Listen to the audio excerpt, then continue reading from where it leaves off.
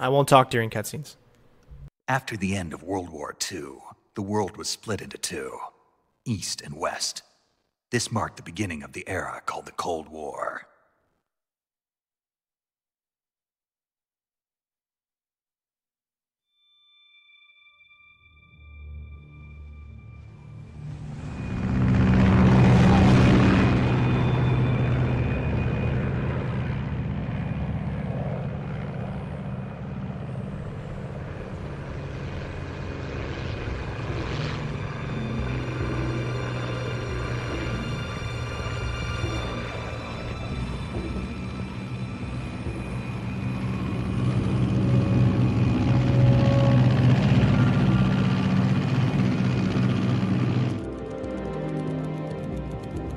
Afghanistan, altitude 30,000 feet.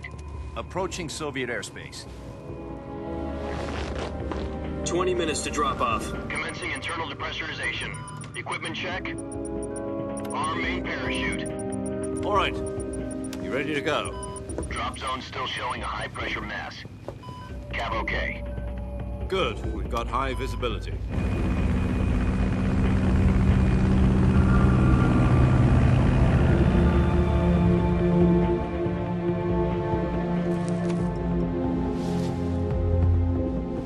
Put out that cigar. Connecting oxygen hose to interior connector. Put on your mask.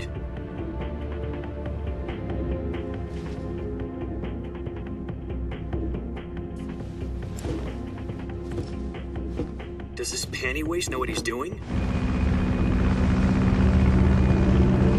Approaching release point. 10 minutes to drop off. Hey, are you deaf? He said put out the cigar and put on your mask.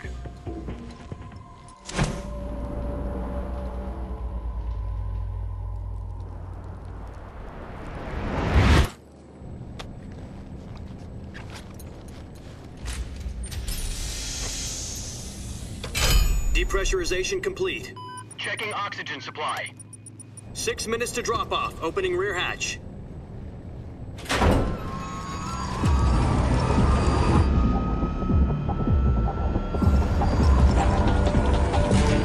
Sunrise.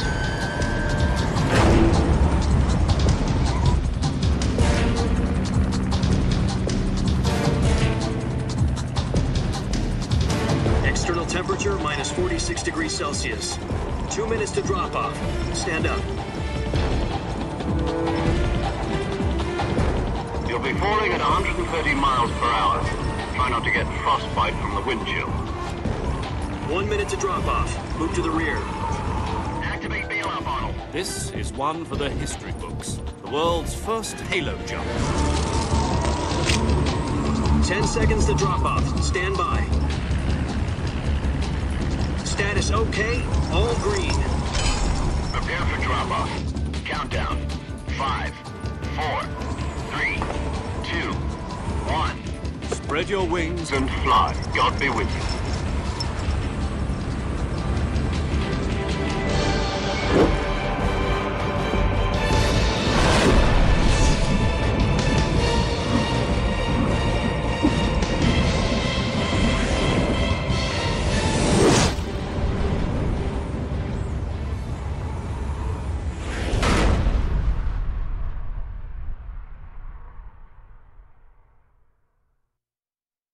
Jack, I've got some important news. The head of the CIA has finally given us the green light for the Virtuous Mission. Virtual Mission? No, the Virtuous Mission. The future of our Fox unit depends on it. If it succeeds, we'll be officially organized into a unit. Virtuous Mission? Sounds like some kind of initiation ritual. You know, don't get cocky. This isn't a training op. Right. So what exactly is this wonderful mission? Well, about 2 years ago, a certain Soviet scientist requested asylum in the West through one of our moles. His name is Nikolai Stepanovich Sokolov. He's head of the OKB-754 Design Bureau, one of the Soviets' top-secret weapon research facilities, and the East's foremost expert on weapons development. Sokolov? Isn't he that famous rocket scientist? The very same. On April the 12th, 1961, the Soviets achieved the first manned spaceflight in history. The Earth was blue, but there was no God. Well spoken. The rocket that carried Yuri Gagarin into orbit was the A-1, known as the Vostok rocket. Sokolov is said to be the man most responsible for the multi-engine cluster used in that rocket. After Gagarin's flight, Sokolov left rocket development to become the head of the newly established Design Bureau. From a lowly technician to head of a design bureau, that's quite a success story, so why do you want to defect? It seems he'd become afraid of his own creations. Afraid? Call it a crisis of conscience. And for that, he left his country and his family behind and went over the fence? Not exactly. One of his conditions was that his family was also to be taken safely to the west. We used a mole to get the family out first and succeeded in sneaking Sokolov over the Berlin Wall shortly afterwards. I was the one who conducted the operation.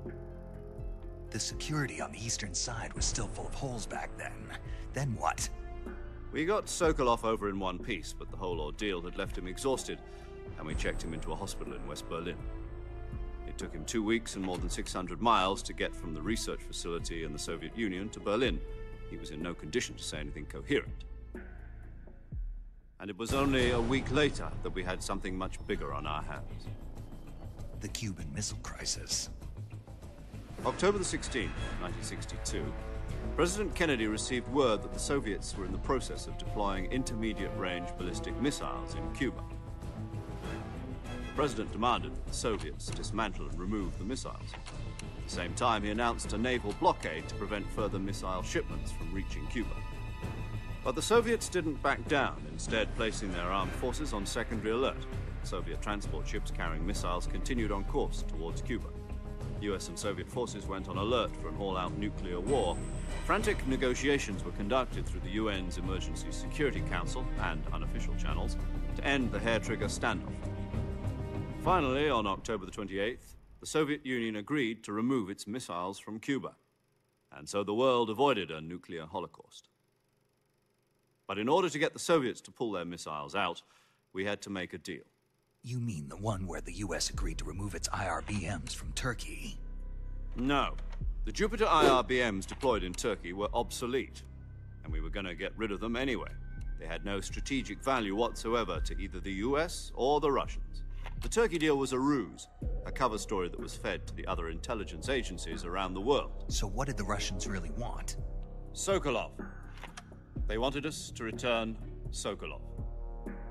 You mean the Soviets pulled out of Cuba just to get their hands on Sokolov? That's right. What the hell was he working on? At the time, we had no idea. We were running out of time. It was either give up Sokolov or risk full-scale nuclear war.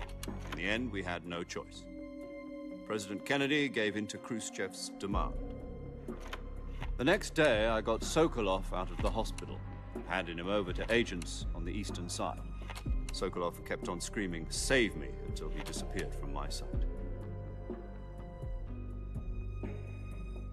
Then a month ago, we received some new information from one of our moles. About Sokolov? Yes. He was taken back to the research facility and forced to continue working on the weapon in question under KGB supervision. What's more, it's on the verge of completion. So what kind of weapon is it? Something to do with space rockets? No, missiles. Same technology. I guess you're right. We don't know the details, but it appears to be a new kind of nuclear device. For half a year now, the Soviets have been conducting frequent nuclear tests at Semipalatinsk. Something to do with the weapon, I assume. We're talking about a secret weapon so big that Khrushchev was ready to pull out of Cuba to get it back. Is Sokolov still in the facility? No. According to our intelligence, he's in Selinoyarsk, a place in the mountains about 3 miles to the west that's known as the Virgin Cliffs. The Virgin Cliffs. Nice name for a virtuous mission. They moved him there just recently. Why? Apparently, they're conducting a field test of the weapon, but it's our best chance to get him back. This mission would never have been possible if he was still in the research facility. This is our last chance. Sokolov must have known that too when he contacted us.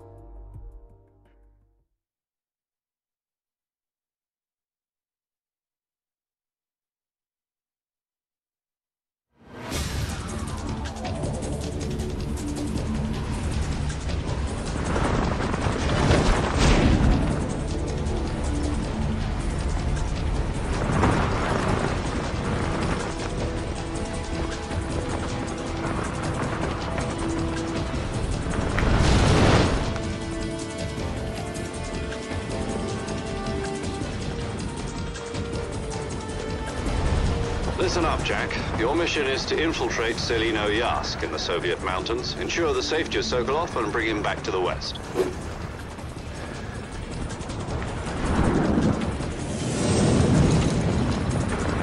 If we don't get Sokolov back before that weapon is complete, we'll be facing a major crisis. The clock is ticking.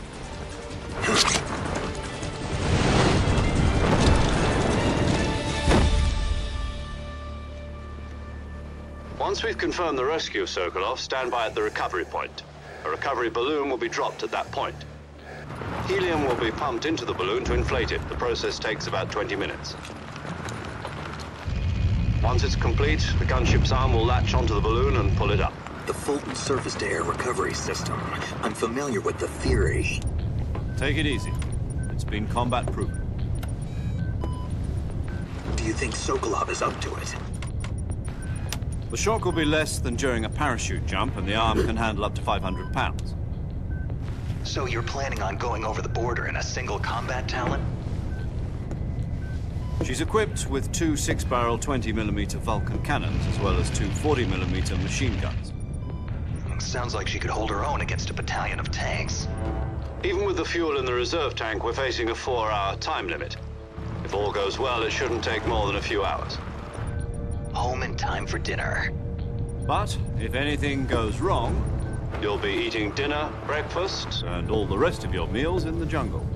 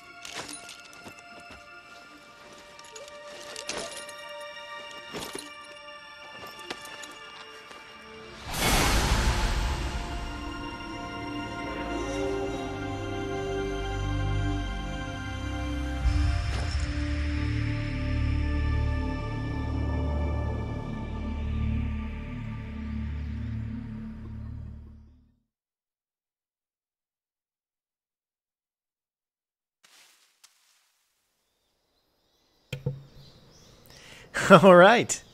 Well, if this isn't our best friend. Look at this guy.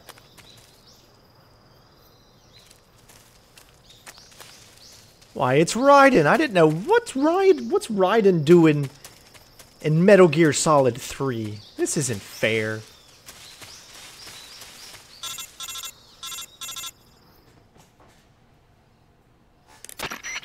Do you copy? You're already in enemy territory, and somebody might be listening in. From here on out, we'll be using code names to refer to each other. Your code name for this mission will be Naked Snake. I'll be referring to you as Snake from now on. You're not to mention your real name. Snake? What, you don't like snakes? What do you mean? You've eaten one before, haven't you? In survival training. I'm glad to hear that. I don't know if I'd ever order one in a restaurant, but... Be careful, you might not have a choice. What about you, Major? What should I call you? Let's see. I'll be Tom. Call me Major Tom. Oh, and Snake? Yeah. The crew isn't watching anymore. You can take off the disguise now. Good idea. This isn't right. Time for the snake to shed his skin.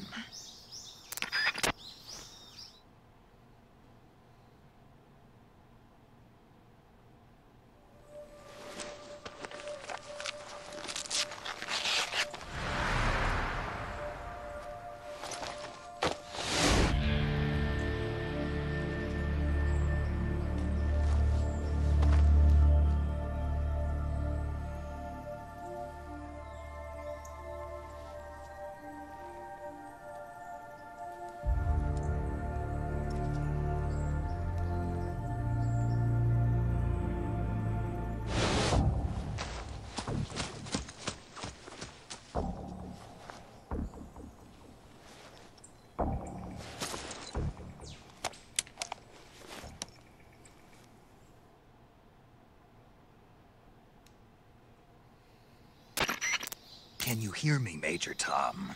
This is Snake. Kept you waiting, huh? This will be a sneaking mission. You must not be seen by the enemy. You must leave no trace of your presence. Is that clear? This kind of infiltration is the Fox unit's speciality. In other words, weapons and equipment to procure on site. That goes for food as well. You're completely naked, just as your name implies. Great. Now I see why you asked me if I like snakes. I suppose calling me Snake was your idea of a joke, too. No. There's a good reason for that. I'll tell you later when the time is right. Gotcha. Getting back to the subject, how exactly am I supposed to feed myself? You've been issued a knife and a tranquilizer gun. Use them to hunt for food. You'll also find some medical supplies in your backpack. Yeah, about the backpack. I lost it in a tree on the way down. I see. Well, you'd better go back and get it then. You know where it is? No problem. I can see it from here. It's stuck on a branch. To climb a tree, stand in front of a tree that's covered in ivy and press the action button. I'll be monitoring your progress over the radio. We can't risk violating Soviet airspace, but I'll be in the gunship. My frequency is 140.85. I'll give you a call if I need to talk to you. If you need to talk to me, use the send function. Okay, Snake, go get your backpack. Knight, yeah. X-Men Origins Wolverine is actually a really, really great game. I played it, but I never did a walkthrough for it. I played it before walkthroughs existed. Alright, so here we are. Welcome, my friends.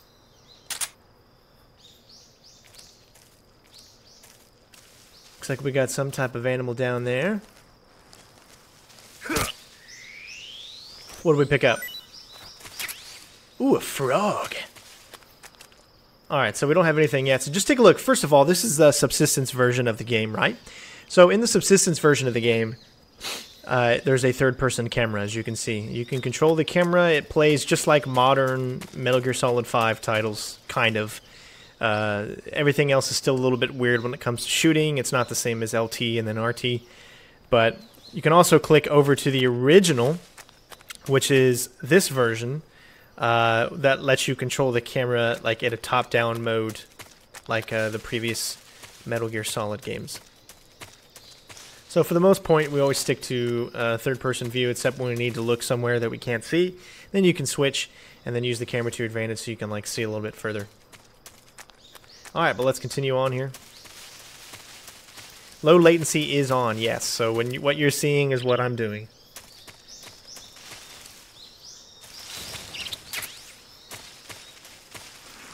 Here's our backpack.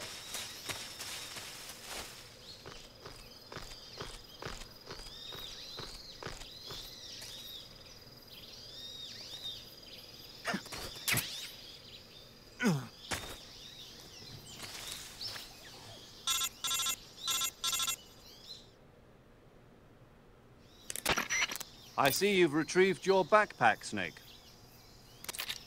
To equip a weapon, it's necessary to take it out of your backpack. In the survival viewer, choose Weapon from the backpack. Your available weapons will be displayed in a window in the upper left. From that list, choose the weapon you want to equip and press the Enter button. For other equipped items, just do the same thing from Item. Got it. Use the survival viewer backpack. Yep, that's right. Survival is fundamental to this mission.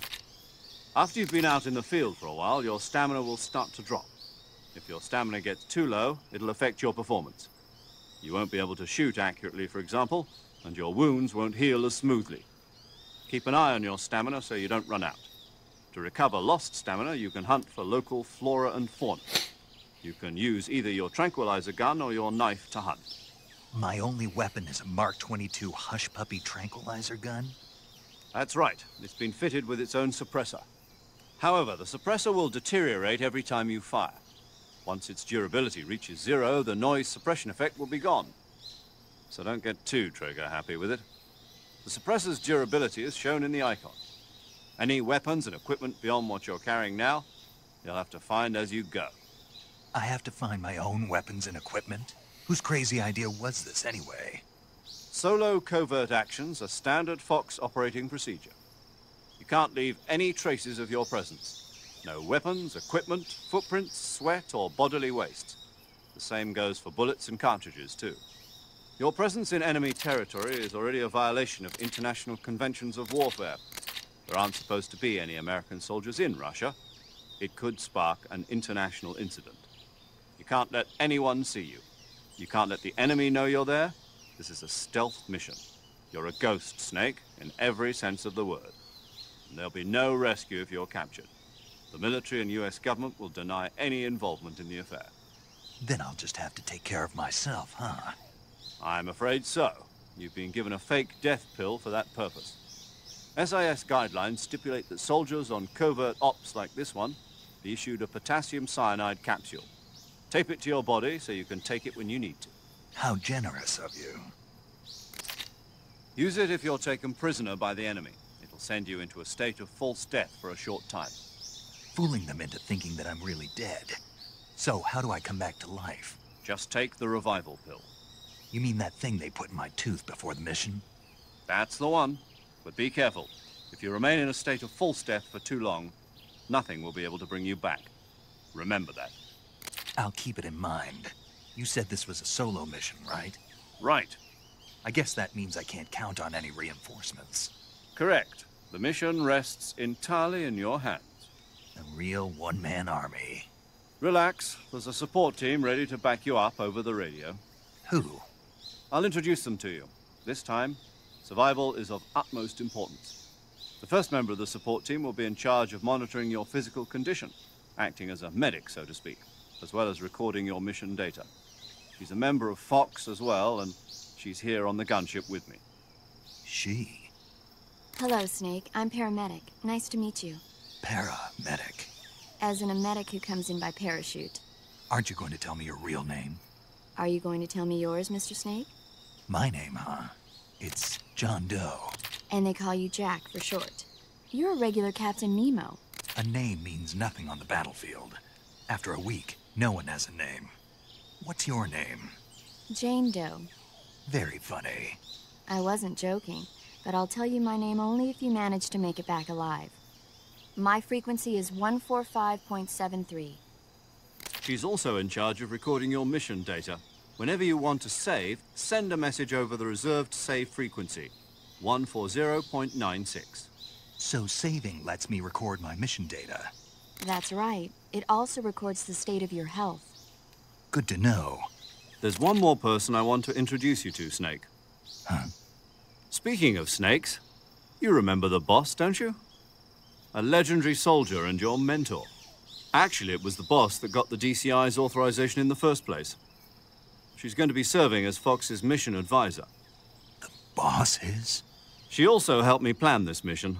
She and I were at SAS together. Jack, is that you? How many years has it been? Boss? That's right. It's me. Talk to me. Let me hear your voice. It's been 5 years, 72 days, and 18 hours. You've lost weight. You can tell just by the sound of my voice. Of course I can. I know all about you. Really? Well, I don't know anything about you. What's that supposed to mean? Why'd you disappear on me all of a sudden? I was on a top-secret mission. You didn't need me anymore. But there were still so many things I wanted you to teach me. No, I taught you everything you needed to know about fighting techniques. I taught you all I could. The rest you needed to learn on your own. Techniques, sure. But what about how to think like a soldier? How to think like a soldier? I can't teach you that. A soldier needs to be strong in spirit, body, and technique. And the only thing you can learn from someone else is technique. In fact, technique doesn't even matter. What's most important is spirit. Spirit and body are like two sides of a single coin. They're the same thing. I can't teach you how to think. You'll just have to figure it out for yourself. Listen to me, Jack. Just because soldiers are on the same side right now doesn't mean they always will be. Having personal feelings about your comrades is one of the worst sins you can commit. Politics determine who you face on the battlefield. And politics are a living thing. They change along with the times. Yesterday's good might be tomorrow's evil. Is that why you abandoned me? No, it had nothing to do with you. I already told you, Jack. I was on a top-secret mission. A soldier has to follow whatever orders he's given. It's not his place to question why. But you're looking for a reason to fight. You're a natural-born fighter, but you're not quite a soldier. A soldier is a political tool, nothing more. That's doubly true if he's a career soldier. Right and wrong have no place in his mission. He has no enemies and no friends. Only the mission. You follow the orders you're given. That's what being a soldier is. I do whatever I have to get the job done. I don't think about politics. That's not the same thing. Sooner or later, your conscience is going to bother you. In the end, you have to choose whether you're going to live as a soldier or just another man with a gun. There's a saying in the Orient, loyalty to the end. Do you know what it means? Being patriotic. It means devoting yourself to your country. I follow the president and the top brass. I'm ready to die for them if necessary. The president and the top brass won't be there forever. Once their terms are up, others will take their place. I follow the will of the leader, no matter who's in charge. People aren't the ones who dictate the missions. Then who does? The times. People's values change over time, and so do the leaders of a country. So there's no such thing as an enemy in absolute terms. The enemies we fight are only enemies in relative terms, constantly changing with the times. As long as we have loyalty to the end, there's no point in believing in anything, even in those we love. And that's the way a soldier's supposed to think? The only thing we can believe in with absolute certainty is the mission, Jack. All right, but do me a favor. What is it? Call me Snake. Snake? Oh, right. Your codename is Snake. It suits you well. That's right. The legendary unit that the boss put together during World War II was a snake. The Cobra unit, a group of heroes that brought the war to an end and saved the world. As long as you've got a legendary hero backing you up, you'll be fine. Isn't that right, Snake? Yeah. I can't think of anyone else I'd rather have with me. Oh, and one more thing, boss. Yes? It's good to hear your voice again. Same here. After all, who knows if either of us will make it out alive?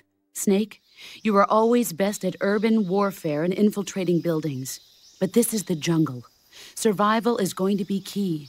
Those CQC techniques I taught you are sure to come in handy. CQC? Close quarters combat, huh? I've been in the Green Berets for the past few years. I'm probably pretty rusty. Not to worry. I'll be here to help you remember. After all, this is your first actual survival mission. I'll be supporting you over the radio. Where are you, boss? Next to the Major? The boss is communicating with us by radio from aboard a Permit-class submarine in the Arctic Ocean. My frequency is 141.80. Call me if you need my advice on battle techniques. Gotcha. Your mission is to retrieve Dr. Sokolov. Dr. Sokolov is being held in an abandoned factory located to the north of your current position. Avoid heavy combat and don't let anyone see you. Don't forget that this is a stealth mission.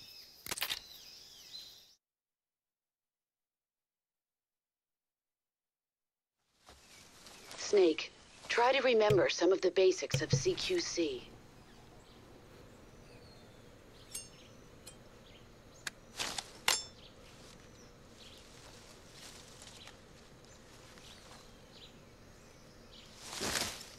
Commencing Virtuous Mission now.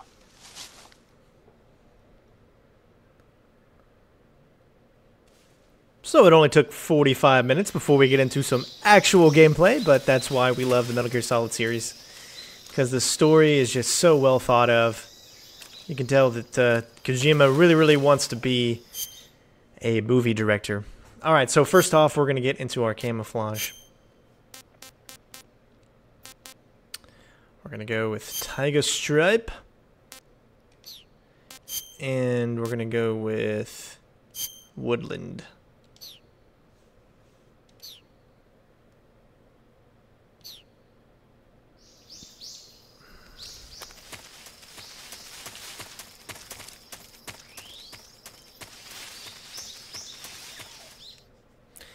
So I am excited to play this again, and it does make me want to start to record my European Extreme Big Boss run. Hopefully someday soon. But we're focusing on the Twin Snakes walkthrough right now, and then we'll get to that. Maybe I'll do a poll which one people want to see first. MGS2 or MGS3.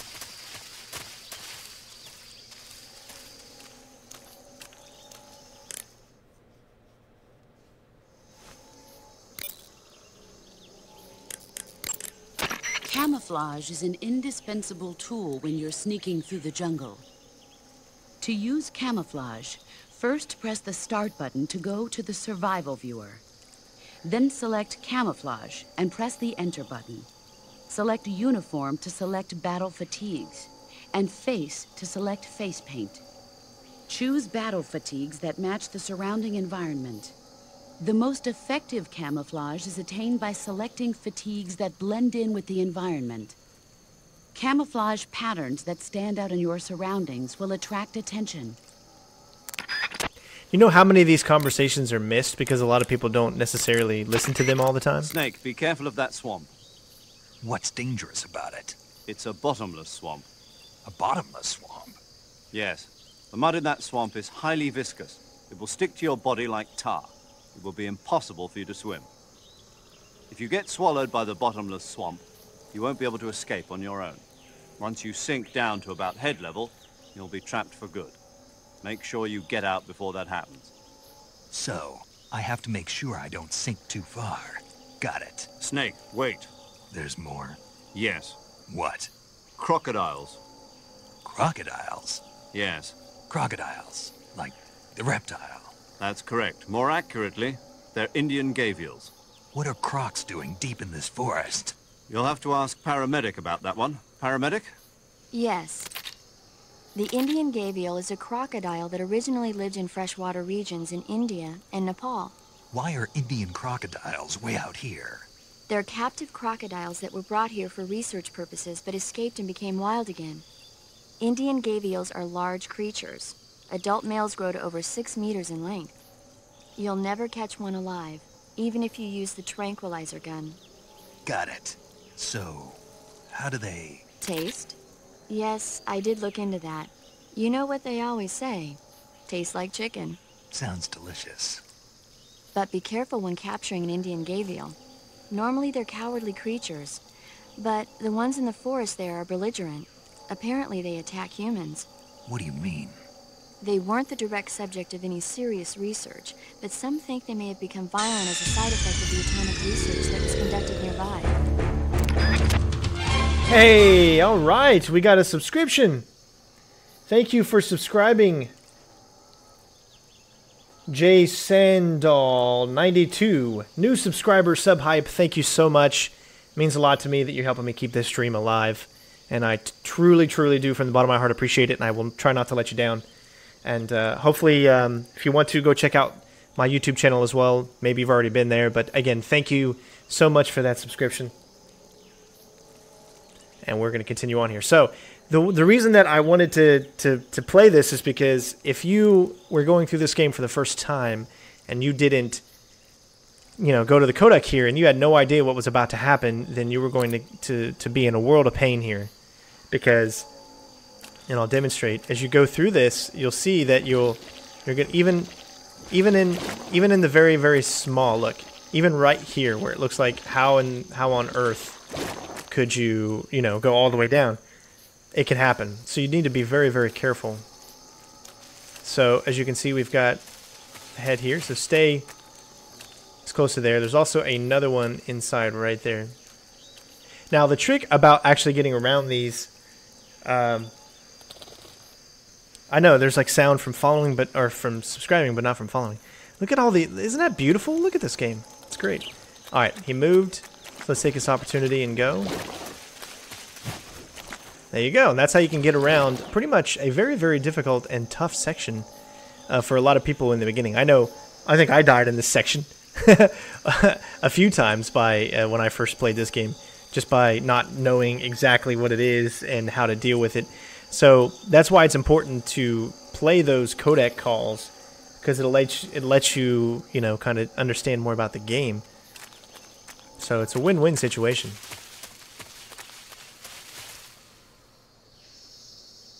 You can see we got a snake there. So here's the difference. Uh-oh, it's backwards. I hate it when it does that. All right, so let me switch this real quick.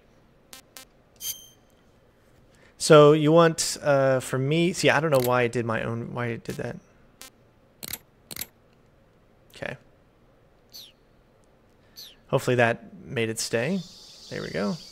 All right, sweet. So this is one of the things that you can do in this game, which was so different than any other Metal Gear game, was rations and how you can get animals. Now these animals, when you eat them, they allow you to gain stamina and gain health. So health and stamina are very important in this game, a lot more than any other Metal Gear game. No other Metal Gear game does this. This is very unique, is where it's collecting these things along, because let's say if you get injured during your playthrough, and your stamina bar will just keep going down, but the more animals you eat, the more stamina you're going to get. So it's pretty cool. And then if you can go into your... Now we don't have the cure option available yet because that's not till a little bit later. But you can go to your food and you can see what we've taken out. So we've got a python and a tree frog. We're going to eat the tree frog just for fun and so I can show you what it's like. Tasty. Disgusting. Ah. So this specific tree frog didn't have anything really gained, and Snake himself did not like the taste.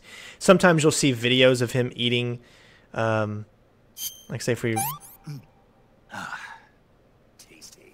Say good, but see we're already pretty much maxed on stamina, so we didn't gain anything. But just to show you guys of pretty much what it goes, and in your backpack is all of the weapons and stuff that you have available to you. Yeah. Got an if you play it on a harder difficulty, you won't say get the anti-personnel sensor, and I'll show you what that does. There is no soliton radar system like in the previous games. Vibrates when detecting life forms. So when you have this on, you can see there's one in front of us. So let's say if you wanted to kill him with a knife, get on the ground. Where'd he go? Oh, I see it. There we go. And we just got another frog, or another snake. And we're going to move on to the next section. Got some more cutscenes for you.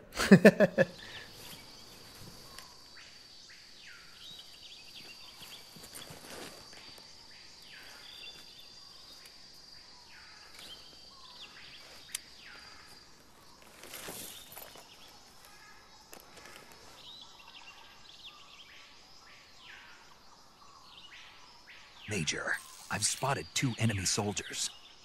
They're probably KGB troops sent to guard Sokolov. AK-47s and grenades.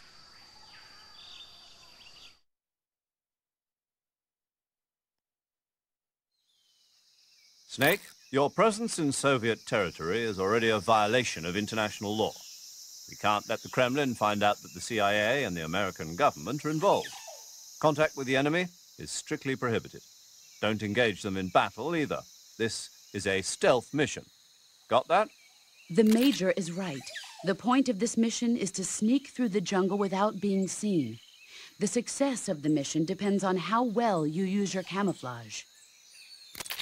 Change your camouflage by selecting Camouflage from the Survival Viewer. The Uniform option lets you pick your uniform, while the Face option lets you change your face paint. Choosing camouflage that blends in with your surroundings will help you conceal yourself more effectively. Also, don't forget that anything that moves will stand out in the jungle. If you just stand up and run around like an idiot, you're bound to be spotted. But if you crawl instead, you should be able to sneak by without being noticed. You can see how effective your camouflage is by looking at the Camo Index.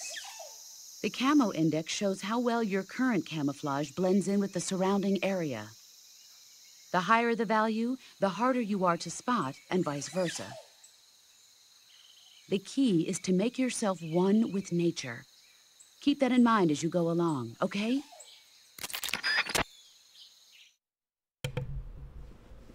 Alright, so now we have actual enemies.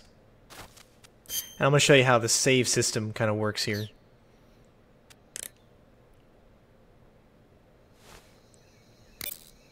So you have actually your own frequency for saving. Saving the game, Snake?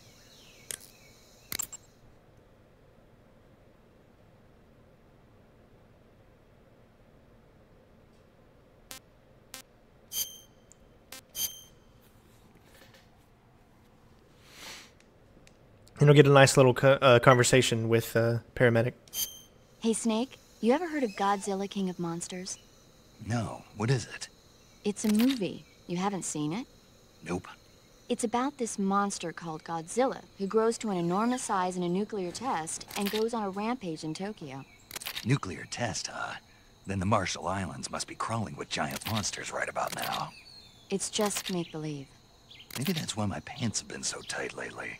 Snake, it's a movie, not a report out of Los Alamos. I know. So then what happened? Godzilla is immune to all weapons, and humanity has no way to stop the monster. Dr. Shirazawa develops a new type of weapon, but meanwhile, Godzilla is getting closer and closer to Tokyo, obliterating everything in its path. It was originally a Japanese movie, but they made an American version, too. I recommend seeing the original Japanese one if you ever get the chance. It's mostly mindless fun, but it's also got a serious anti-nuke message as well. Where can I see the original? You'll just have to go to Japan. Really? That's too bad. Well, if you wait 40 years, you might be able to see it in America, too. Why's that? 2004 will be Godzilla's 50th birthday. You think they're still going to be making Godzilla movies then? Of course! Everybody loves Godzilla. You sure know a lot about movies. I don't suppose you're the movie-watching type, are you? Not really. Okay, then I'll tell you everything I know. When the going gets tough, movies can save your life. It's always good to be able to look at things from a different perspective when you get in a jam. That's the magic of movies. No kidding. Well, I guess it might at least make a nice distraction. That's the spirit, Snake. Have a little fun. See how much stuff you can just get from playing this? Alright. So we've got a guard heading this way.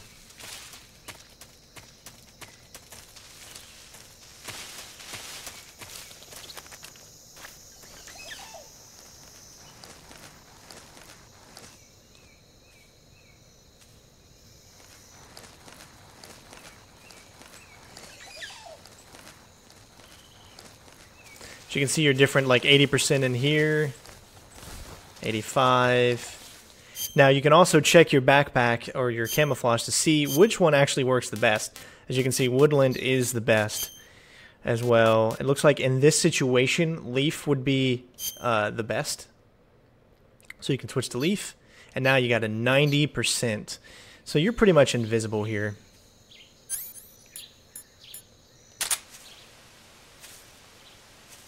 Noise gets amplified if you use the mic.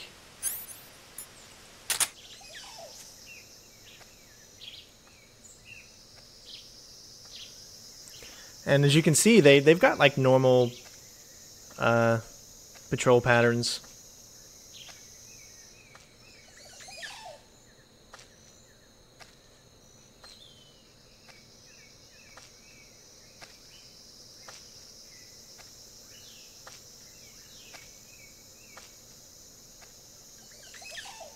Now, he could see us being this close.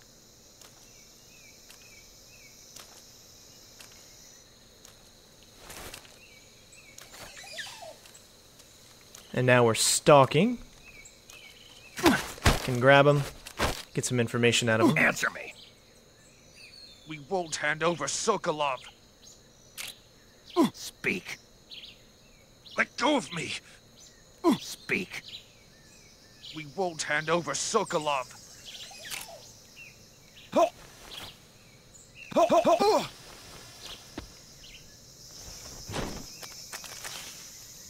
And then, of course, shoot him for good measure, because that doesn't mean he's going to be knocked out for a while. But once you actually shoot him, then that means he'll be knocked out for quite a while. And then we can hide his body. This is one of the first games that really had really cool leafage, as I like to call. where in the environments, as you can see, it moves around in a realistic way, which is just amazing and so ahead of its time.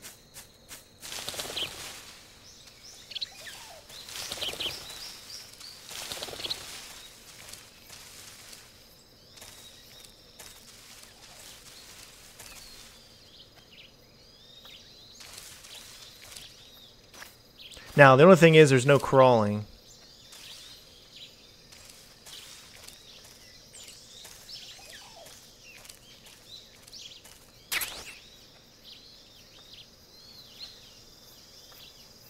As you can see, we got 2 enemies. Now, if I get caught, I do apologize. I'm not like trying to do this without getting caught. I want to show you a little bit of everything through the game. That's why we're live streaming this. Now, if I wanted to get rid of this view, right? There you go. See, you click your right thumbstick in, and then you're in that top view that lets you see more of what you kind of need to see.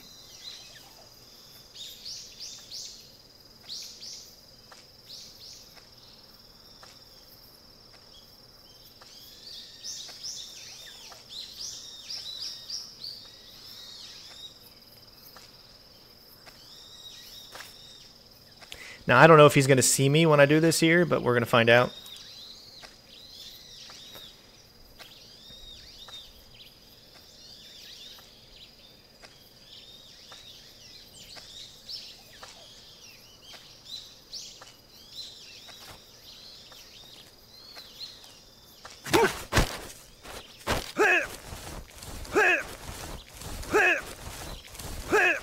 Speak. If you climb trees, there's fruit. Speak. Inside fallen trees.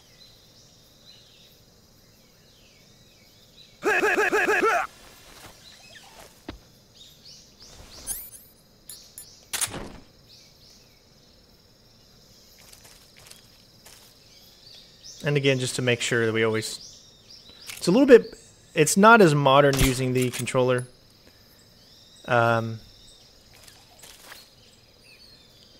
Because you don't fire like you do in today's shooters.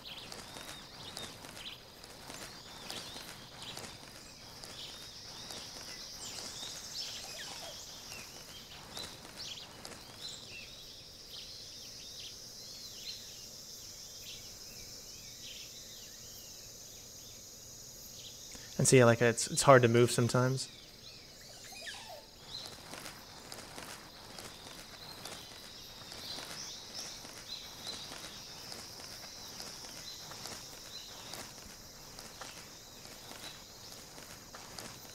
And there are way faster ways to do all of this.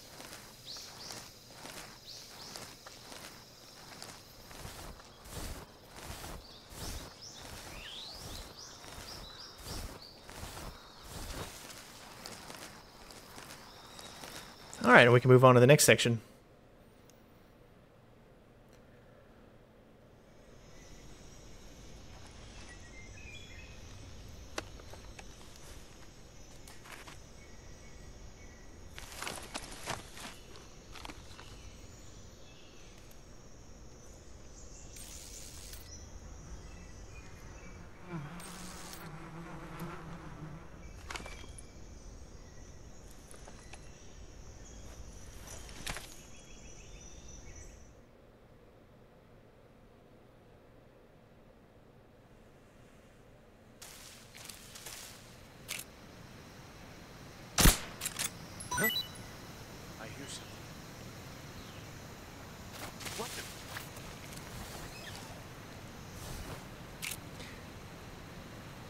Seeing things.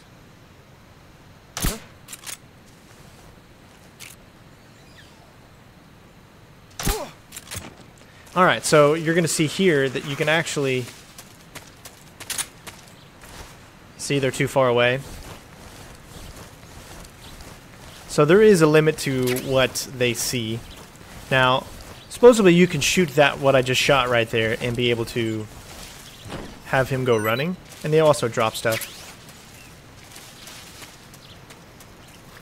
We'll go ahead and get down now, make sure we're back in a stealthy way. And see, so, I don't know why it does that sometimes. if you get against something that's a little bit weird. Alright, so it looks like we got 2 soldiers heading this way, but one of them is going to turn around, it looks. Or he's not going, yeah, he's not going all the way.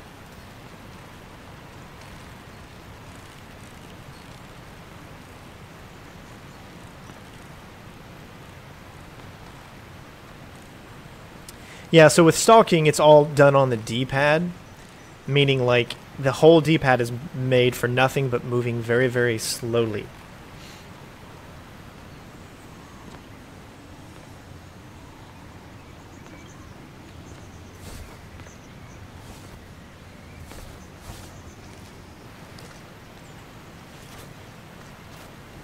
And this is what stalking is.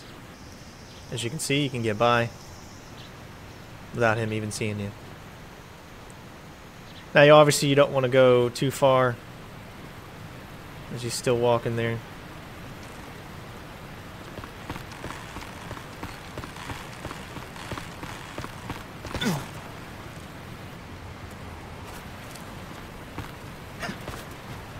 Alright. Now, this is the tricky part. You have to drop and then hit the Y button to catch the branch below you. If you don't, you will fall to your death.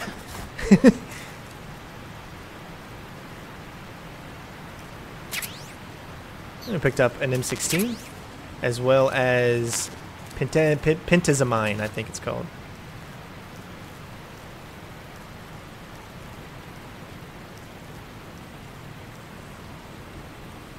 Alright, let's take this moment. Let's listen to some of our compadres. Let's see what the boss has to say.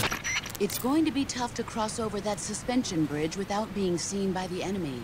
You'll have to figure out some way to get rid of the sentries first.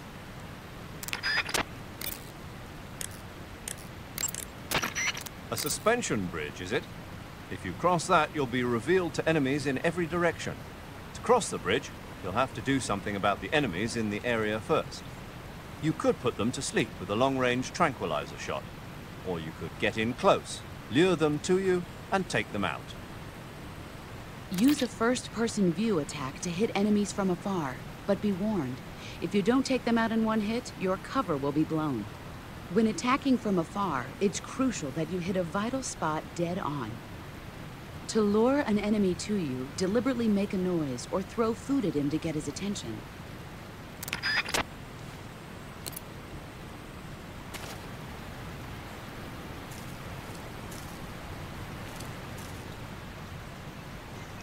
Alright, so this is where it can come in handy sometimes. You can't see around.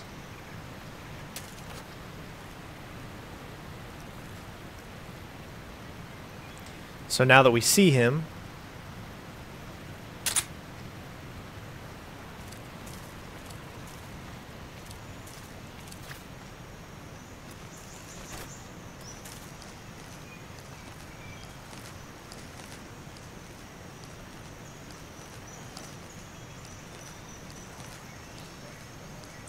hopefully we're good enough. We're 65% and still a little bit away from him, so should be good.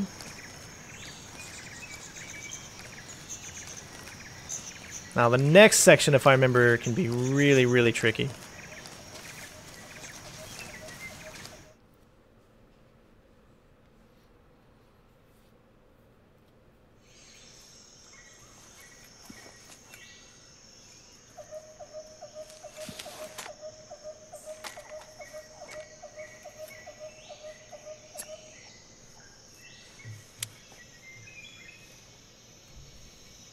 Major, I've reached the abandoned factory where Sokolov is supposedly being held.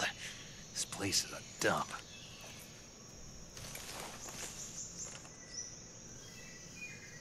I can't see Sokolov from here. The security is pretty tight. There are sentries posted around the perimeter. I wonder how many are inside.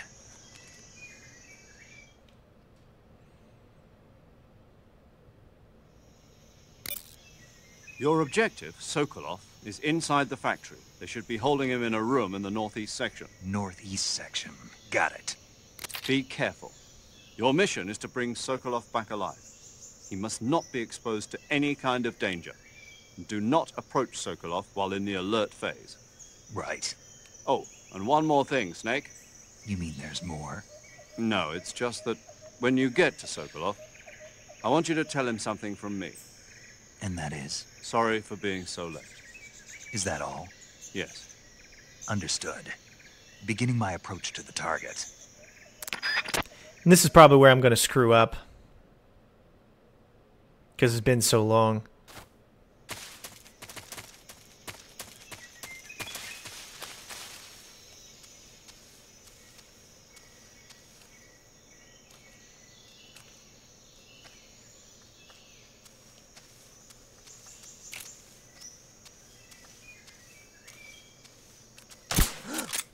See what I mean? I missed it. I'm in HQ. What's going on? Respond. Huh? There's Wow. something wrong. Support unit, confirm their status.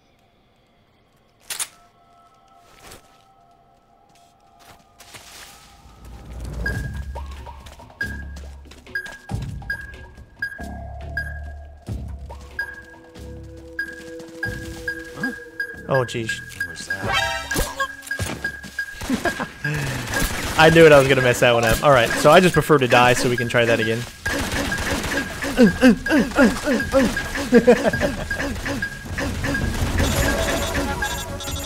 Oh, we got to listen to this. We got to listen to this funny codex. Snake, do you read? Snake! Major. Snake, are you all right? Yeah. I'm okay. You're far from okay. Look at your life gauge. You're on your last leg. No. I can still... See? Snake, this is a solo sneaking mission. Do you know what that means? Yeah. No, you don't. Huh? It means there's no backup, no cavalry. If you're taken out, nobody is there to take your place. Pull out for now and recuperate. Find a hiding place and get some rest. Your life gauge will gradually recover with time. But the speed of your life gauge recovery depends on the level of your stamina gauge. So get plenty to eat, then get some rest. You hear me? Do you Exactly. hear me? Like, he's just standing there. We're going to go ahead and die then. No!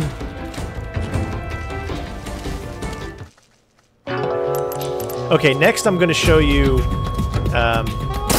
next I'm going to show you the revival pill. So we're going to get caught again. But I'm going to show you what the revival pill can do. Who was that?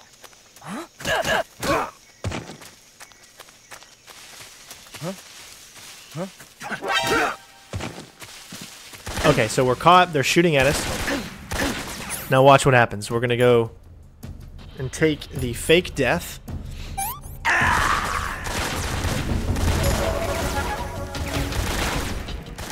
And so they think we're dead.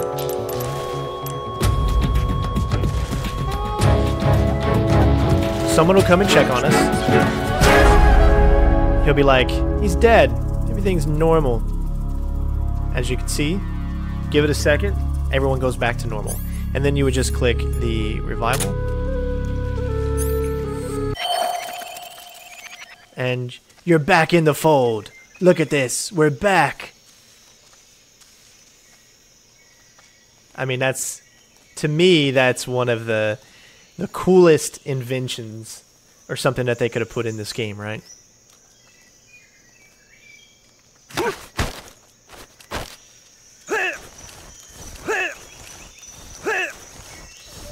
Answer me. On the radio screen, hold down the action button to... Speak. Bastard. Speak. On the radio screen, hold down the action button to... Kill people. I'm sorry, not to kill people. Hold down the action button on the radio screen to make them go faster, so let you skip all of them. But you can also kill. So there you go. Again, this game is full of just so many really, really cool things. So vibrates when detecting life forms.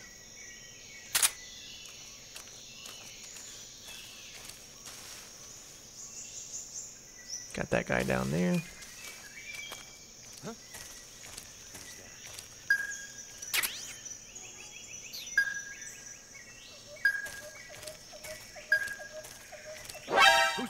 No! Somebody saw me! Oh no! That's right. Remember, I wanted to die anyways.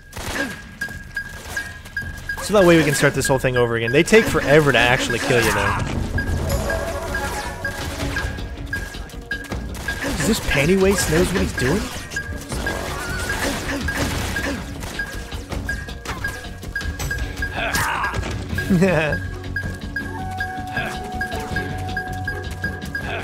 Now, you can also, to do a quick death, actually use the pill.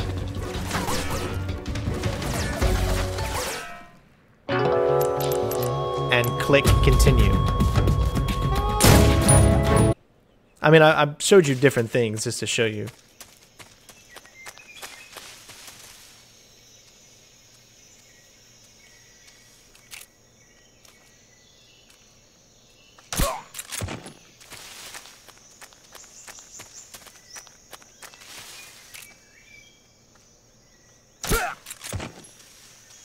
Now you see that, yeah, I don't have to actually. See, I could get by if I just shot some of them. See that there's another guy up there too.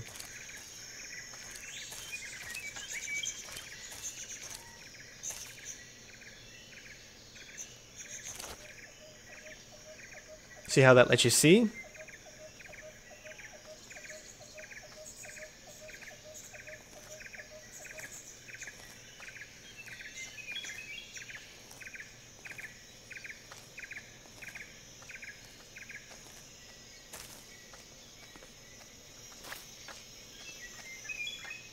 And it puts me where he's facing. It's so hard to aim.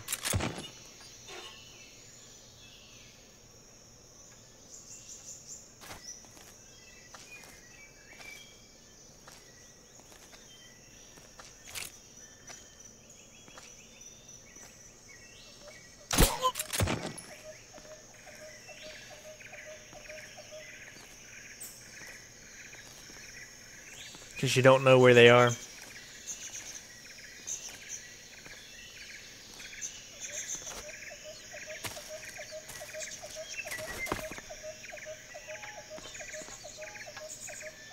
What's wrong?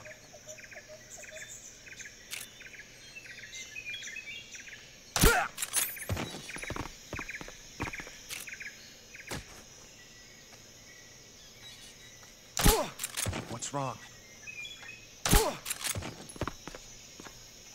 Again, it's always easier when you actually shoot them, but if you want the real strategies, there's a quick reload right there for you. If you want the real strategy, it's not being seen. So do you want me to do a fake pill and try to get through it without any of these guys actually seeing me? Or do you want me to go ahead and go on with the next cutscene?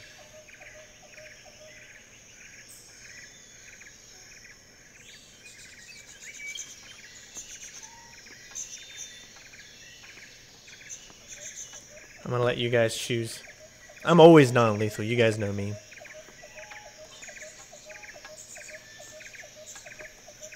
There's still a few more guards in this area too. Can kind of hear them walking.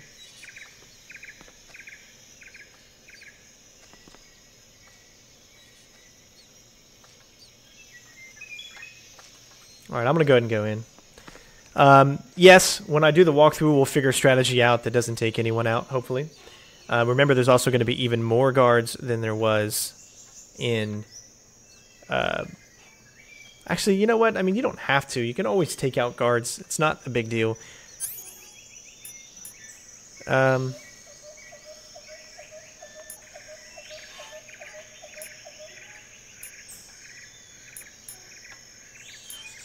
we'll proceed with the cutscene. Just wanted to show you guys some of the different things that you can do. Enjoy the 20-minute cutscene.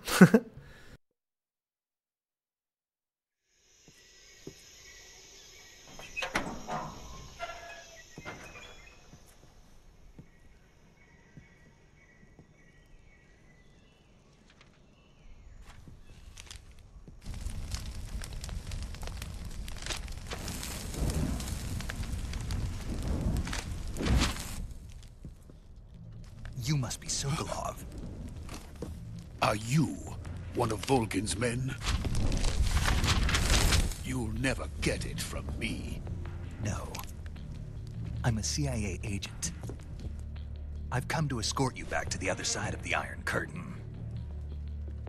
You're CIA? Yeah. I was sent by Major Zero, the man who got you out 2 years ago. Zero? I have a message from him. What is it? He said to tell you sorry for being so late. Did he now? What does it mean? It means he's a man of his word. But we've got no time for this. You have to get me out of here before they arrive. Who's they? Colonel Volgin of GRU. You in the West know him as Thunderbolt. Thunderbolt? Never heard of him. He's a member of the Army's extremist faction, a man who seeks to seize control of the motherland. Ever since the Cuban Missile Crisis 2 years ago, Khrushchev has been pursuing a policy of peaceful coexistence with the West.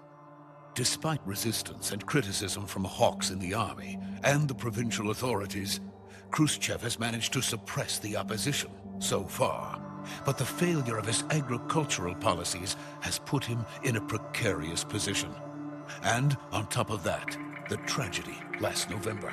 President Kennedy's assassination. Precisely. In a sense, Khrushchev has lost his biggest partner, and his power base is rapidly crumbling away. A certain group is plotting to use this opportunity to seize power by rallying the anti-government forces, overthrowing Khrushchev, and installing Brezhnev and Kosygin in his place. The mastermind behind this plot is Colonel Volgin of the GRU. He has control over another secret weapons research facility much like this one, OKB-812, known as the Granin Design Bureau, and is using it to further his plans. But that is not enough to satisfy him. Now he's plotting to seize the secret weapon I have been developing here and use it as leverage in his bid for power.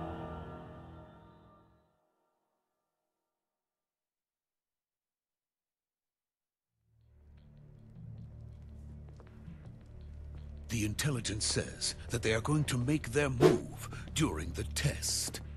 Then, the soldiers outside. Exactly. They wouldn't need that many men just to keep me inside. Their orders were to prevent Colonel Volgin from capturing me. Even if it meant killing me in the process. Or so it would seem.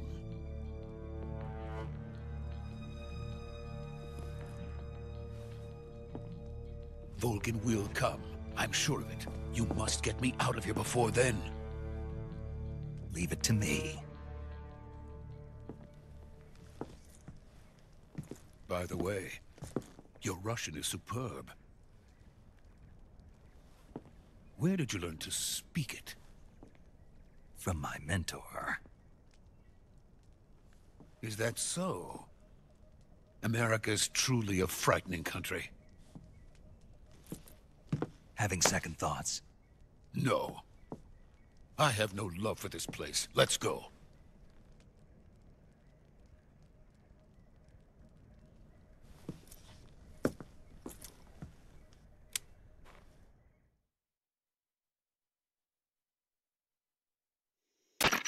Major, this is Snake. Sokolov is safe with me. He's doing fine. No injuries. Good work, Snake. Now hurry up and get Sokolov to the recovery point. We'll rendezvous with you there. Roger. What about the sentries?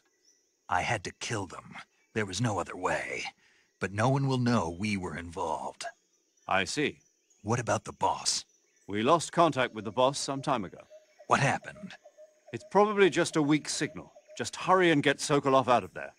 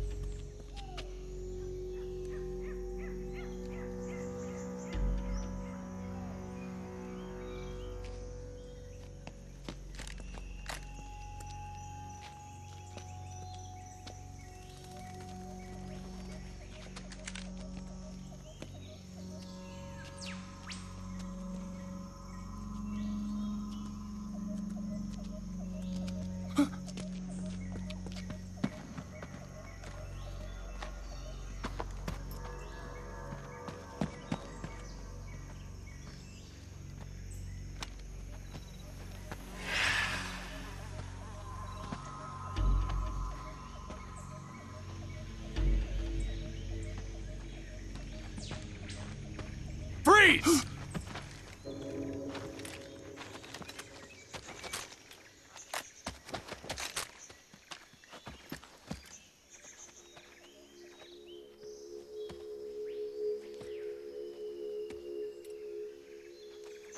So this is the legendary boss. Huh?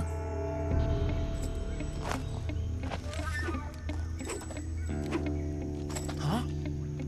We meet at last.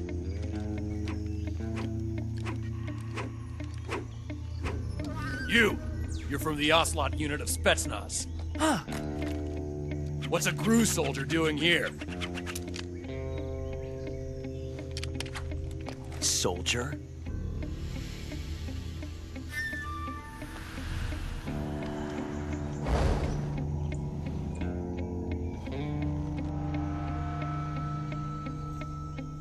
He's the Ocelot commander. Ha! That's Major Ocelot to you. And don't you forget it.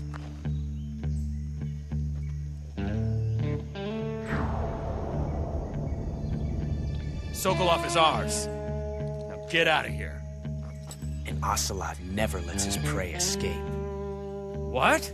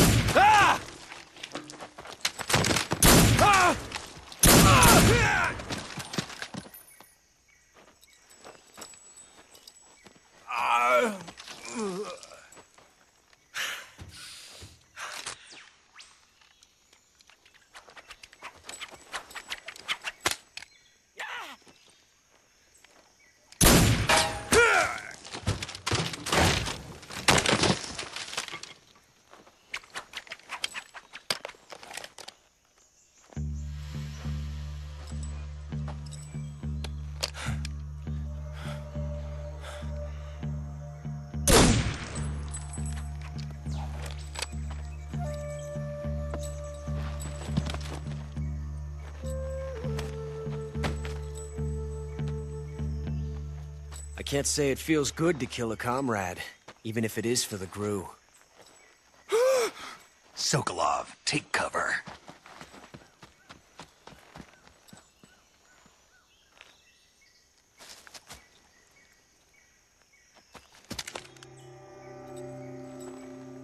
Huh.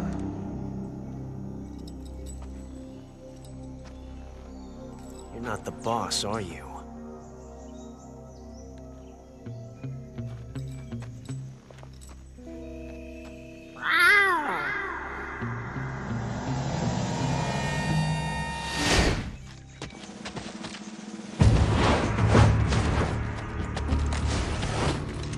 GRU operatives! What is that stance? Huh. That gun.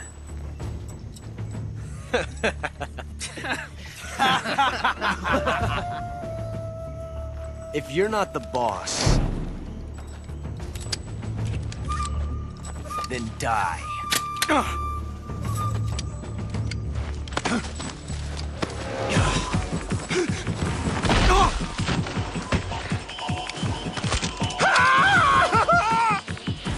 Major! Leave it! Shoot the other one! Whoa!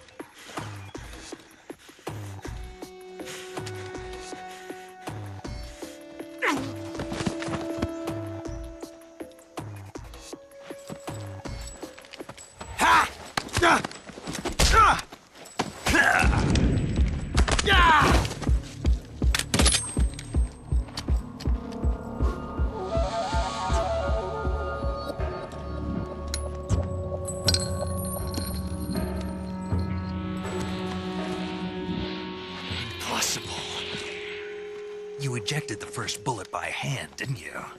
I see what you were trying to do. But testing a technique you've only heard about in the middle of battle wasn't very smart. You were asking to have your gun jam on you. Besides, I don't think you're cut out for an automatic in the first place. You tend to twist your elbow to absorb the recoil. That's more of a revolver technique. You filthy American dog!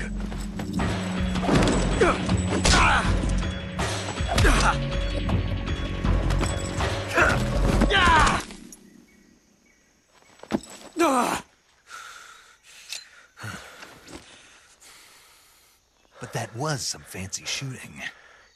You're pretty good. Pretty good.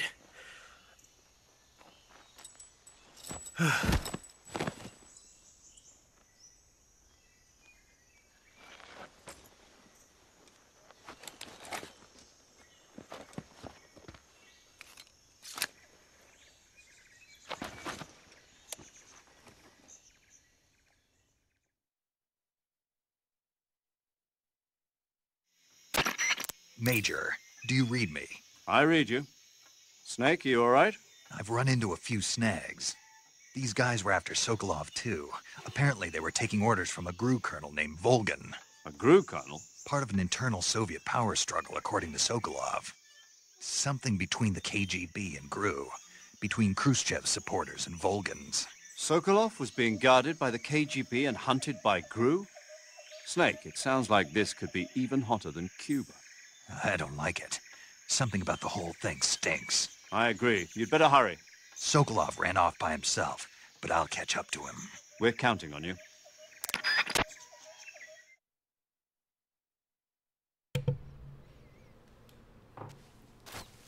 And of course, this is where you can have like just lots of fun here. One of the things you can do is pick up a mouse trap. What I'm going to do is I'm going to save.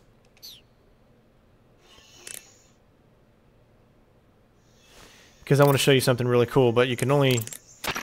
We're going to need to save just to make sure.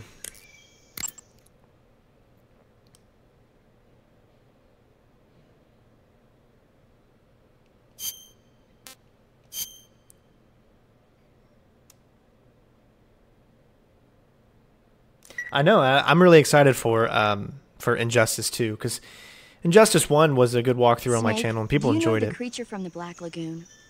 Nope, never heard of it. These scientists are investigating a place deep in the Amazon called the Black Lagoon, and they get picked off one after the other by this fishman thing. And there was this scene when the heroine is going for a swim, and the creature sneaks up on her from underwater. Oh, I thought my heart was going to stop. I mean, of course, the 3D effects in It Came from Outer Space were a lot more intense, but... It wouldn't be referring to you coming from outer space, would it? How rude! Why do you say that? Because no one on Earth could be as charming as you. Fine. I'll just get to the point, Snake. Be careful of what's around you when you're in the water. Just imagining you swimming in those jungle rivers makes me think of you being attacked by a fishman. I appreciate the concern. Fishmen aren't the only things that'll attack you in the water. Really be careful out there. Okay. And don't be attacking any pretty girls going for a swim, either. Are you calling me a fishman? You started it. I love these conversations. So yes, we're going to do a time paradox. And so you can continually keep picking him up. I don't know if you drop him more and more, he drops any other items. We'll try one more time. You do kind of have to know the series to get what I'm about to do, as this is not something that is normal. Now, if we just took him with, say, this, takes him into sleep mode, doesn't do anything, doesn't kill him or anything like that. But what we'll do is we'll get our backpack out, and we'll go over to weapons. Actually, I don't think we didn't pick it up, did we? Let's go over here and pick it up. Should be right over here.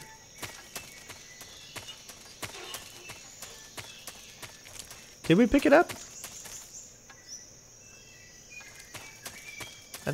I can't remember.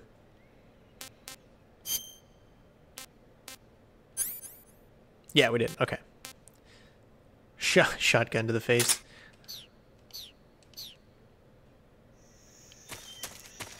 Alright, so now we can get out our M37. Now watch what happens when we kill him.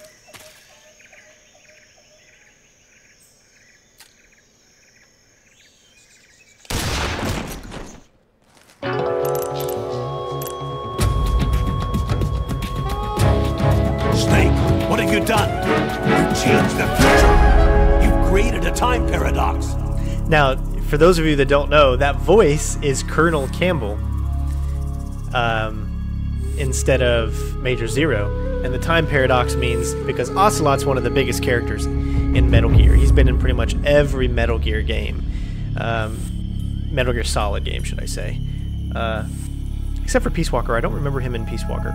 But he's been in the normal games. And, yeah. So if you kill him, then you create a time paradox. So you can't. Now some other stuff is here because we didn't really look around here before we kind of went in. Look at the animations for even climbing stairs. It's all so cool. So ahead of its time. And you get a suppressor for the M16. So let's say if we were to get out the M16 here.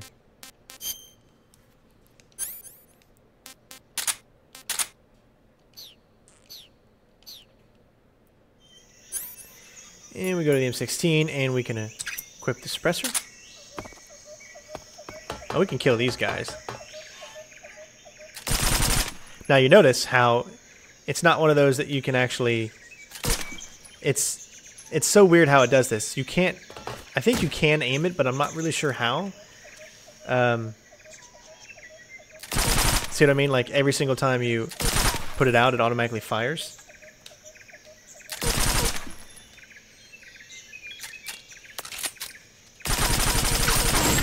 And if you let go, it doesn't do anything. Like, we already lost the suppressor.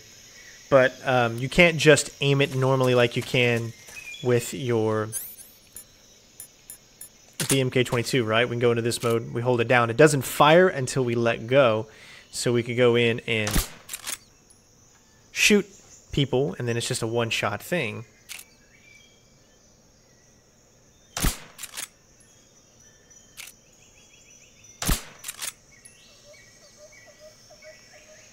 So that's pretty cool.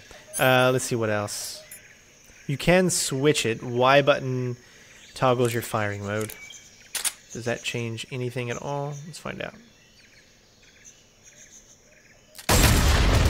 Oops. So, I just blew up Ocelot again, accidentally. You've created a time paradox. Snake, you can't go changing the future like that. GOW, I did. I'm tapping it really, really lightly, and it's not doing it. It could just be the 360 controller. I mean, I can't tap any lighter than what I was actually tapping. But I'll do it again just for...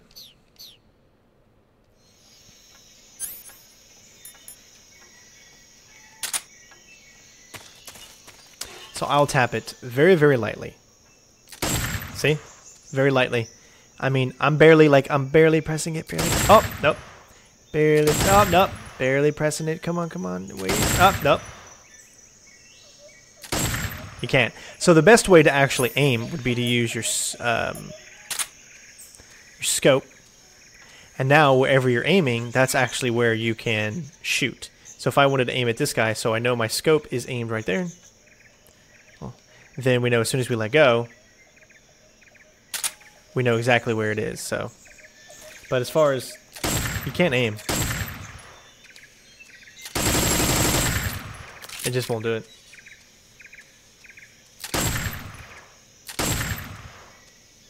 Maybe on another, I don't know, maybe on another console you could do it, but you can't do it in this one. Yeah, it's something that's really weird that they put that in there. So this is also the place that you're going to be spending a lot of time in when you come back through here in Operation Snake Eater. But for now, as you can see, it's locked off and you can't.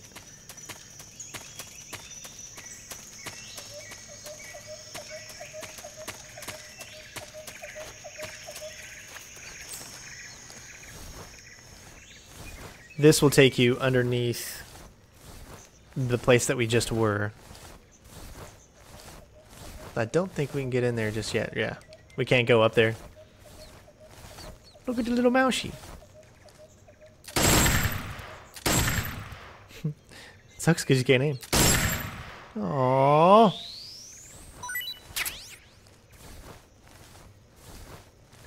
It's been too long. That's right. Some more snakes over there. And as you can see, this is doesn't really help you in getting to your main objective during this part, but it helps you for the boss battles that come afterwards.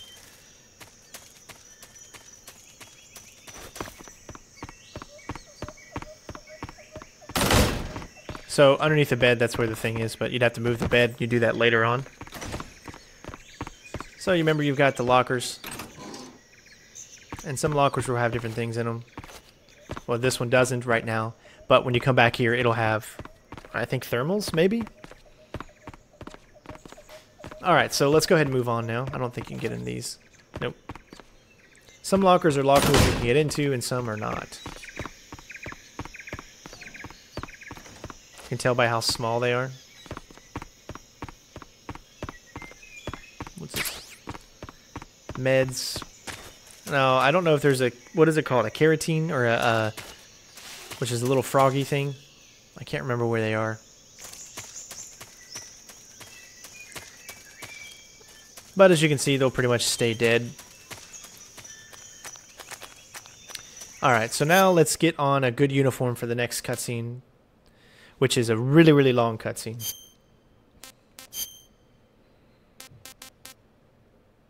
I'll do the whole cutscene in his.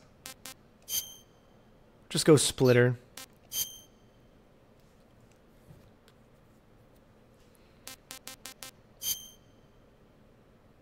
And we'll do squares.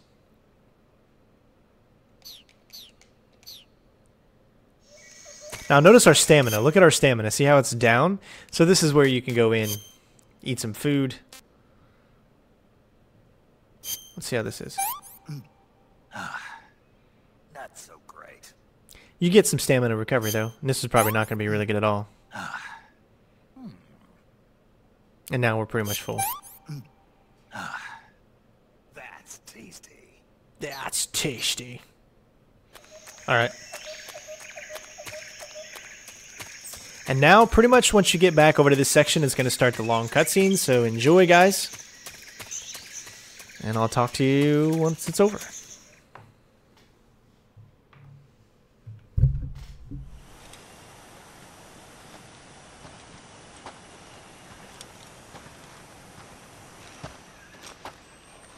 You okay? Those men were from the Ocelot unit. Spetsnaz? Yes. The best crew has to offer. They're coming for me. I'm finished! Calm down. I'll get you out of here, I promise. And we've got some of the best backup we could ask for. Look.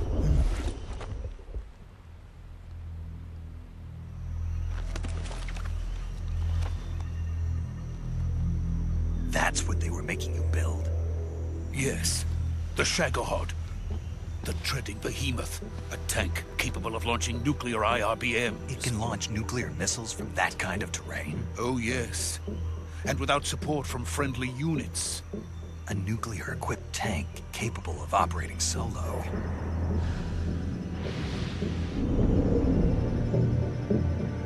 Is that thing finished? No. This is only the end of Phase 1. It won't be truly finished until we complete Phase 2. Phase 2? The weapon's true form. If it is completed and the Colonel gets his hands on it, it will mean the end of the Cold War. The end of the Cold War? Yes. And then the Age of Fear will truly begin. A world war? I had no choice but to cooperate. I didn't want to die. I wanted to see my wife and child again in America. Please, take me to America, quickly. They cannot complete it without my help. Got it. Let's go.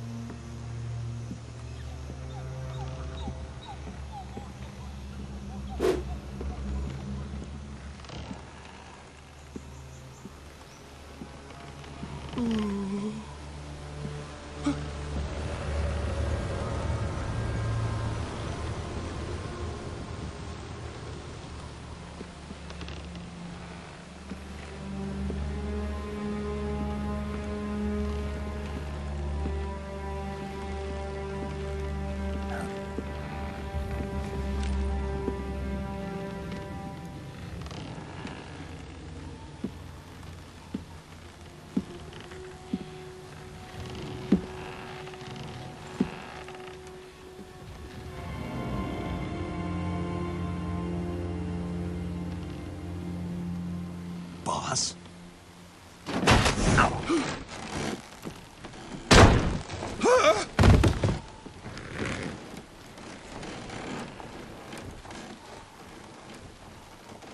Good work, Jack. What are you doing here? Sokolov comes with me.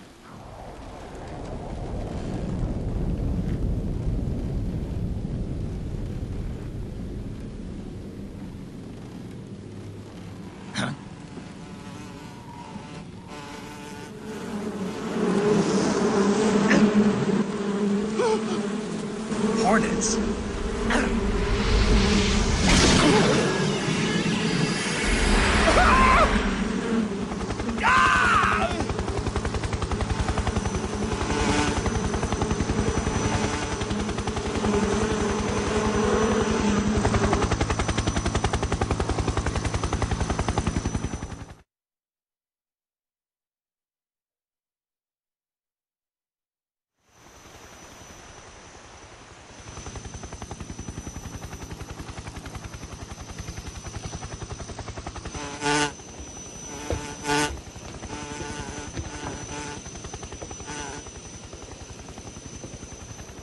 My friends, let us fight together again. I have waited long for this day. We will fight with you once more. Welcome back, boss. Now that all 5 of us are together, it's time we go to the depths of hell itself.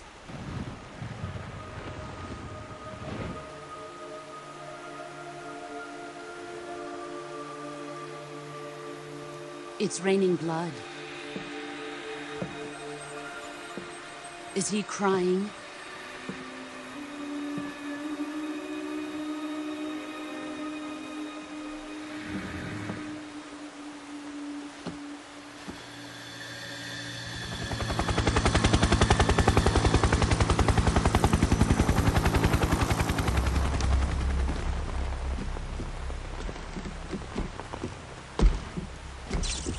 Kuwabara, Kuwabara.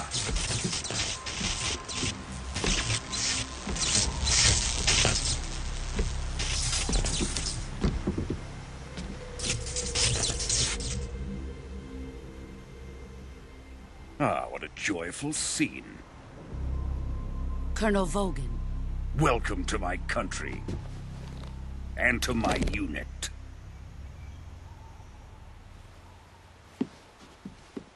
Boss, what is this? I'm defecting to the Soviet Union. Sokolov is a little gift for my new hosts. Recoilless nuclear warheads.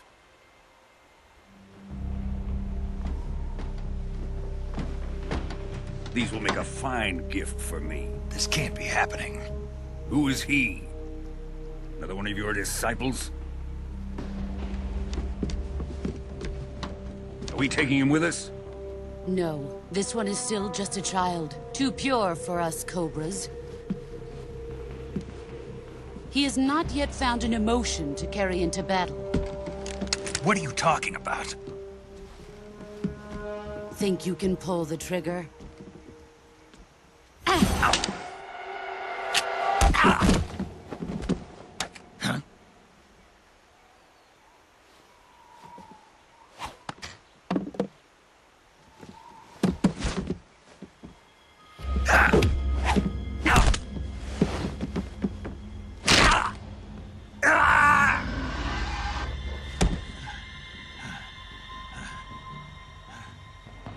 He's seen my face. can't let him live.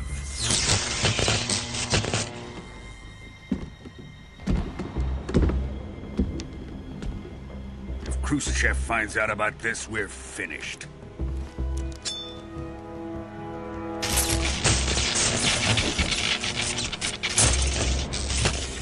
He must die. Wait. He's my apprentice. I'll take care of him.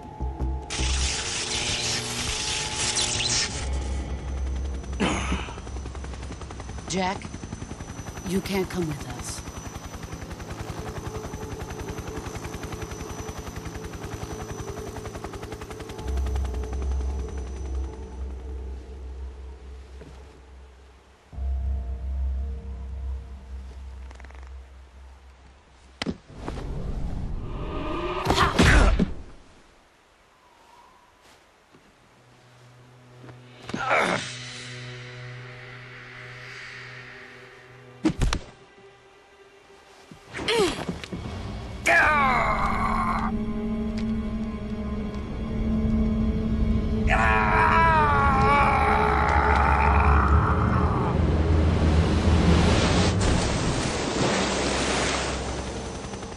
The new blood has been rejected.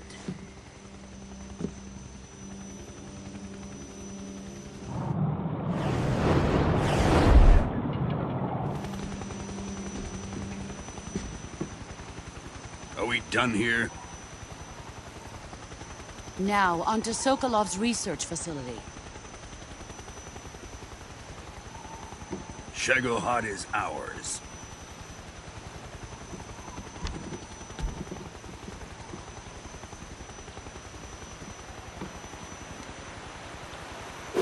Drift away. My place is with them now.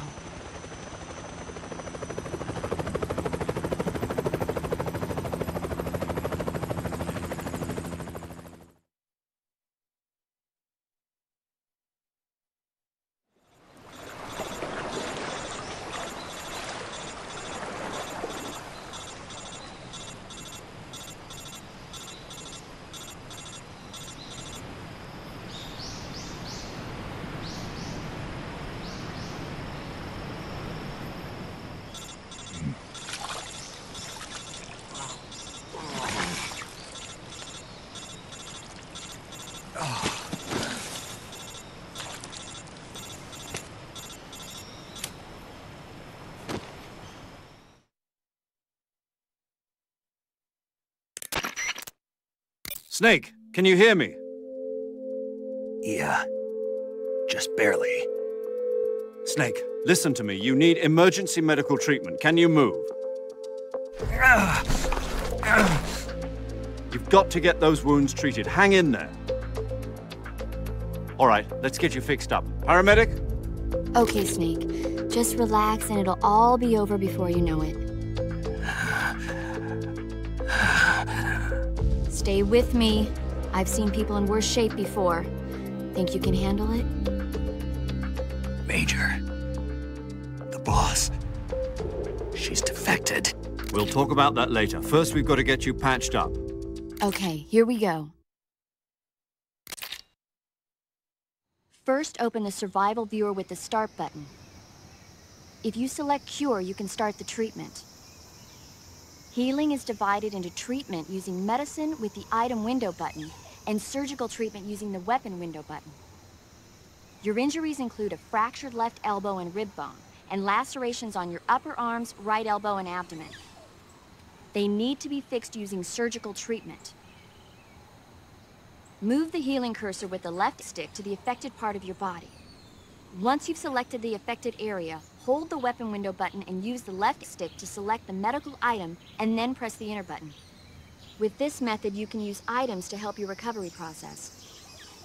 To treat a bone fracture, first secure the affected area with a fastener and then wrap it in bandages. That should do it. For lacerations, you'll need disinfectant to clean the wound, sutures to stitch it up, styptic to slow the flow of blood, and bandages to wrap the wound. If you do everything I mentioned, the wound should heal completely. Understood? Yeah. Stay with me. Go into the survival viewer and treat those wounds.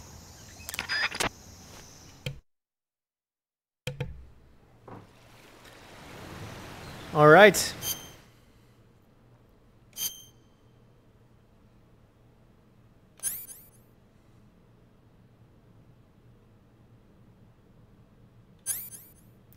All right, so I know we need a suture kit, bandage, splint, septic.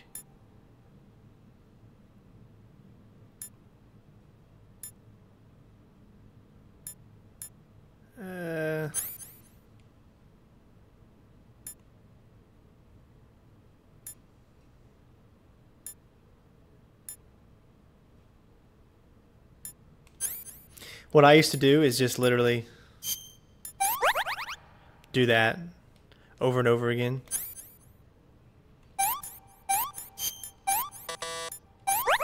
Just keep going.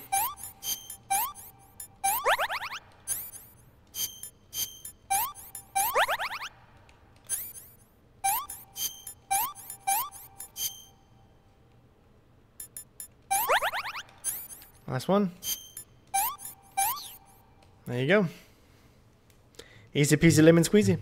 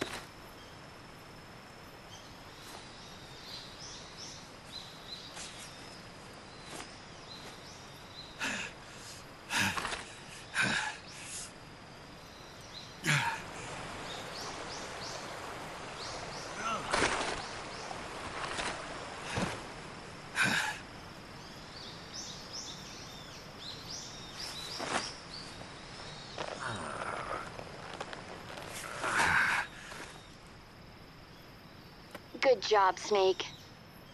We're coming to get you now. Just stay where you are. We'll drop a recovery balloon. Can you set it up?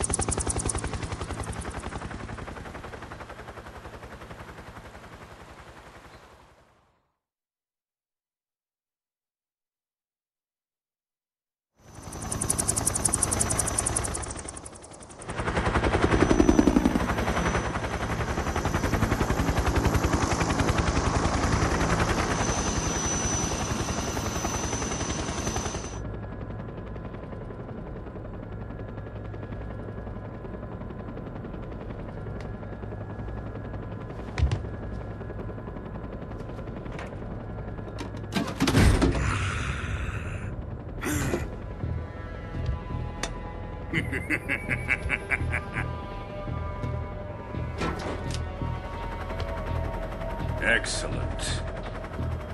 A great success. Thanks to the boss and her cobras, I have both Sokolov and the Shagohod.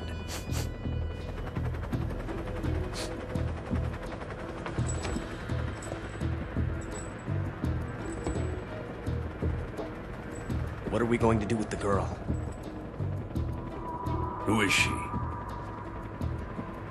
Apparently she's Sokolov's woman.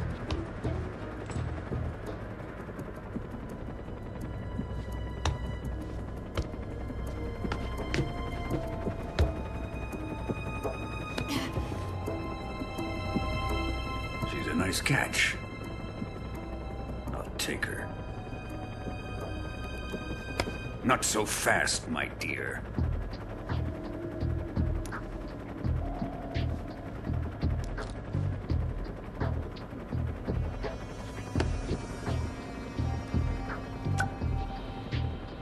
A kiss of death? Are you KGB? We may be able to use her.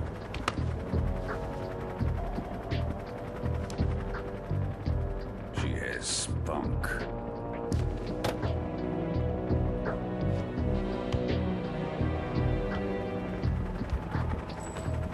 Shall we take her back to the base? Perhaps we should. We have no further use for Sokolov's research facility. I think it's time I gave this marvelous new toy a try. Colonel, even if they are our enemies, they're still our countrymen. But it won't be me that pulled the trigger. It'll be our friend, the American defector. You're going to nuke your fellow Russians? Remember the Alamo. Colonel!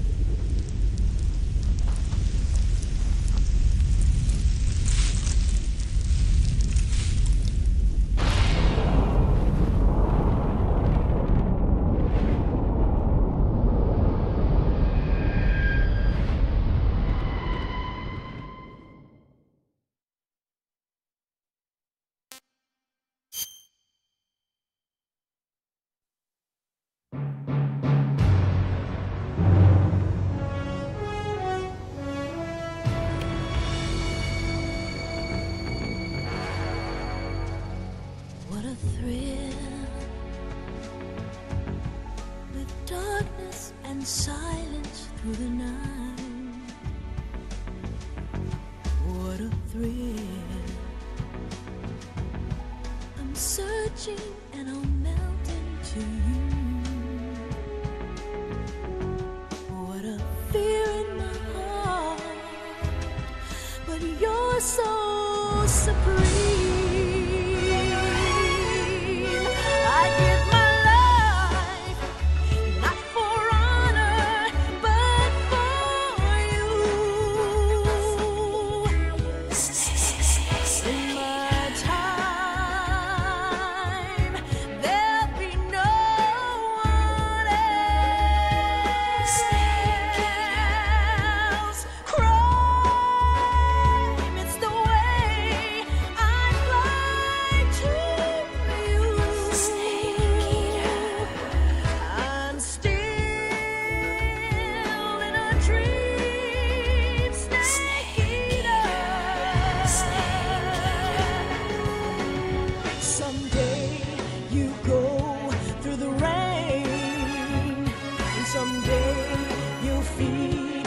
a tree frog.